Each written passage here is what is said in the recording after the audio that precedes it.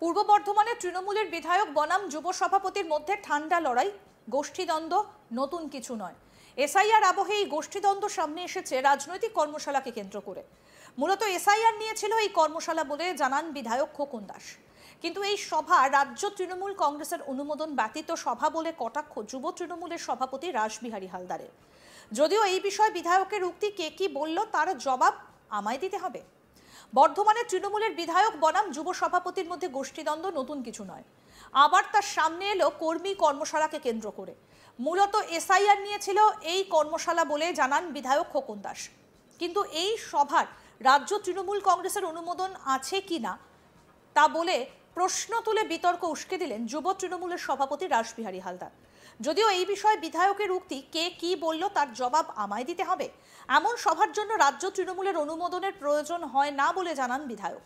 যদিও তিনি ক্যামেরার সামনে এই বিষয়ে মুখ খুলতে চাননি। রাজনৈতিক কর্মশালায় জেলার যুব সভাপতির আমন্ত্রণ না থাকা নিয়ে তাকে প্রশ্ন করা হলে তুমি শুধু এক কথাই বলেন না তিনি আসেননি।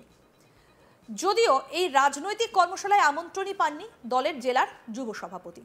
আসন্ন বিধানসভা নির্বাচনের আগে কর্মীদের উজ্জীবিত করতে এবং এসআইআর নিয়েই ছিল বর্ধমান শহরের কাঞ্চননগর কঙ্কালেশ্বরী কালী মন্দির প্রাঙ্গণে বর্ধমান পৌরসভা 23 এবং 24 নম্বর ওয়ার্ড তৃণমূল কংগ্রেসের উদ্যোগে রাজনৈতিক কর্মশালার আয়োজন করে। রীতিমতো কার্ড ছাপিয়ে আমন্ত্রণ করা হয়েছিল অন্যদের সঙ্গে সাংবাদিকদেরও। কর্মশালার উদ্বোধক হিসেবে নাম দেখা গেল পূর্ব বর্ধমান জেলা তৃণমূল কংগ্রেসের সভাপতি রবীন্দ্রনাথ চ্যাটার্জি। প্রধান অতিথি হিসেবে উপস্থিত ছিলেন পশ্চিমবঙ্গ রাজ্য তৃণমূল কংগ্রেসের সহ সভাপতি জয়প্রকাশ মজুমদার, বর্ধমান দক্ষিণের বিধায়ক খোকন দাস, বর্ধমান পৌরসভার পৌরপতি পরেশ চন্দ্র সরকার, উপপৌরপতি মৌসুমী দাস সহ জেলা তৃণমূল কংগ্রেসের মহিলা, ছাত্র, শ্রমিক সংগঠনের সভানেত্রী, সভাপতি সহ সহসভাপতি সহ জেলা ও শহরের নেতৃত্ব।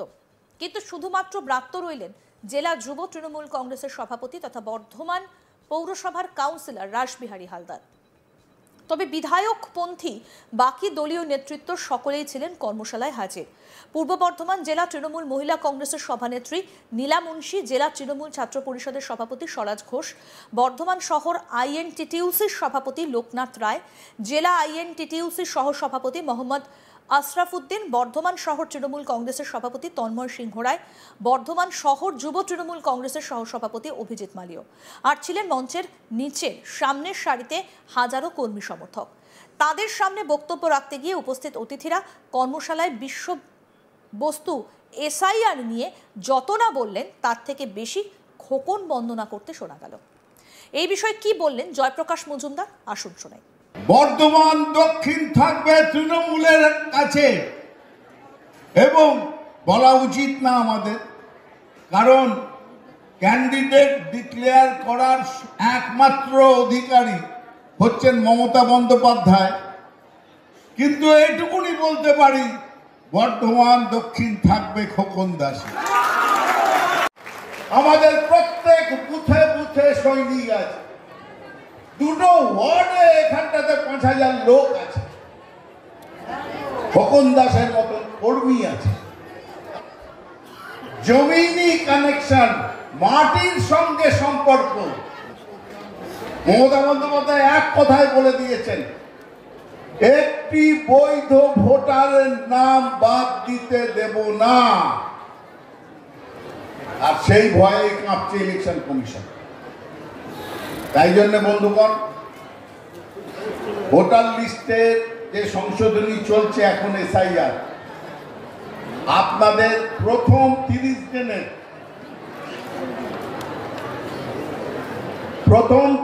দিনের পর্যায়ে শেষ হতে চলেছে। 7 দিন ওরা বাড়িয়েছে।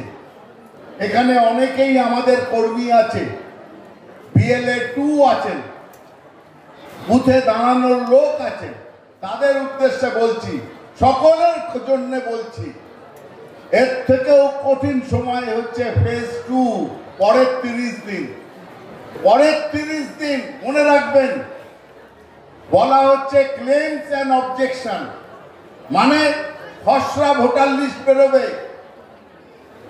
আপনাদের এখানে কয়েকজন দেখলেন তাদের নাম নেই, তাদের পরিবারের নাম মিসিং। তখন ফাইনাল ভোটার লিস্টে সেই নাম ঢোকানোর জন্য ফর্ম ফিল আপ করতে হবে 6, 7। আর ভুল থাকলে সেটাকে কারেকশনের জন্য 8 নম্বর ফর্ম, এই 6, 7, 8 নম্বর ফর্ম আপনারা দেখবেন আপনাদের বুথকে, প্রত্যেক বুথকে দুর্গ করে বাড়ি বাড়ি গিয়ে কার নাম বাদ গেল চলুন আমরা আছি, ফর্ম ফিল আপ করে জমা দেব, সেটাকে বলে ক্লেম। আর অন্য কোনো ভুল নাম থাকলে সেটা বাদ দেওয়ার জন্য আপনাদেরই নিতে হবে অবজেকশন। কি বলছেন তৃণমূল বিধায়ক খোকন দাস সেটাও শুনবো। আমরা প্রতি বছরই গণবিবাহের পর 23-24 নম্বর ওয়ার্ড কর্মী সম্মেলন করি। এবারের কর্মী সম্মেলন আমাদের গুরুত্বপূর্ণ ব্যাপার হচ্ছে এবার আমরা এসআইআর নিয়ে এবং বাংলাভাষীদের ওপর যেভাবে ভারতবর্ষের বিজেপি শাসিত রাজ্যে অত্যাচার হচ্ছে তারই প্রতিবাদে আজকে আমাদের এই কর্মশালা চলছে। আমাদের এই কর্মশালার উদ্বোধন করলেন রাজ্য তৃণমূল কংগ্রেসের সহসভাপতি জয়প্রকাশ মজুমদার। তাছাড়া আমাদের এখানে সমস্ত লোকাল কাউন্সিলররা, লোকাল নেতৃত্বরা রয়েছে। যেহেতু এটা আমাদের ওয়ার্ডের কর্মী সম্মেলন, সেই কর্মী সম্মেলনকে হাজার হাজার মানুষ আছে, দেখেন 5000-এর ওপর আমরা চেয়ার করেছিলাম, সব চেয়ারই ভর্তি হয়ে গেছে। সকাল থেকে আমাদের এই সভা চলছে 5টা পর্যন্ত। আমি নিজে শেষ বক্তব্য রাখার পর আমাদের এই কর্মী সম্মেলন শেষ হবে। আমরা প্রতিটি মানুষের কাছে আমরা আবেদন করেছি যে ভোটার লিস্টে আমাদের নাম থাকবে কি থাকবে না, যেটা বিজেপি সরকার নির্বাচন কমিশন করছে সেটাই হচ্ছে আমাদের এই সম্মেলনে এবার মূল ইস্যু।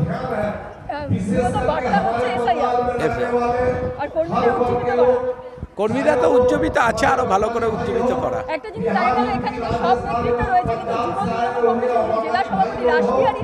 না সে নাই, যুবর আমাদের নেতৃত্ব নাই, তাছাড়া সবাই আছে। জেলা টিএমসির যুব সভাপতি রাসবিহারী বাবু কি বলছেন, রাসবিহারী হালদার শুনবো। আপনি যে কর্মসূচির কথা বলছেন, আমি জেলার যুব সভাপতি। আমাদের একটা সিস্টেম আছে, আমাদের কলকাতার অফিস থেকে আমাদের যে প্রোগ্রাম যাওয়ার জন্য জানানো হয় সেগুলোই আমরা যাই, বা যেগুলো কলকাতা থেকে অনুমোদিত প্রোগ্রাম হয় সেগুলোই আমরা যাই। এই প্রোগ্রামের কোনো অনুমোদন আছে কিনা আমার জানা নেই। এখানে দেখা গেল যে যিনি রাজ্যের সহসভাপতি হয়েছেন উনি এখানে ঘোষণা করে গেলেন যে খোকন দাস বিধায়ক বর্ধমান দক্ষিণের, উনি নাকি আবার টিকিট পেতে চলেছেন। দেখুন, আমি এই দলটা বহুদিন ধরে করি এবং জন্মলগ্ন থেকে।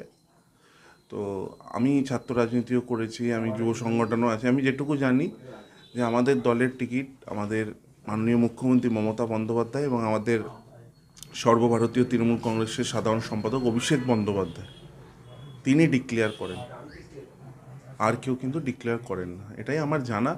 এবার কি হয়েছে আমি তো ভিডিও দেখিনি, আমি দেখে বলতে পারবো। এবং এই যে কোনো কর্মসূচিতে যাওয়ার হলে দলের কাছ থেকে অনুমতি নিতে হয় কর্মসূচি করার ক্ষেত্রে, এবং আমি জেলার সভাপতি হিসাবে আমাকেও অনুমতি নিয়ে যে কোনো প্রোগ্রামে যেতে হয়। সেরকম কোনো পরিস্থিতি তৈরি হয়নি, সেই জন্য এই প্রোগ্রামের বিষয়ে আমার কোনো জানা নেই। আরও আপডেট পেতে দেখতে থাকুন আজ তাক বাংলা, সাবস্ক্রাইব করুন, নোটিফিকেশন পেতে বেল বাটন অপশন প্রেস করুন।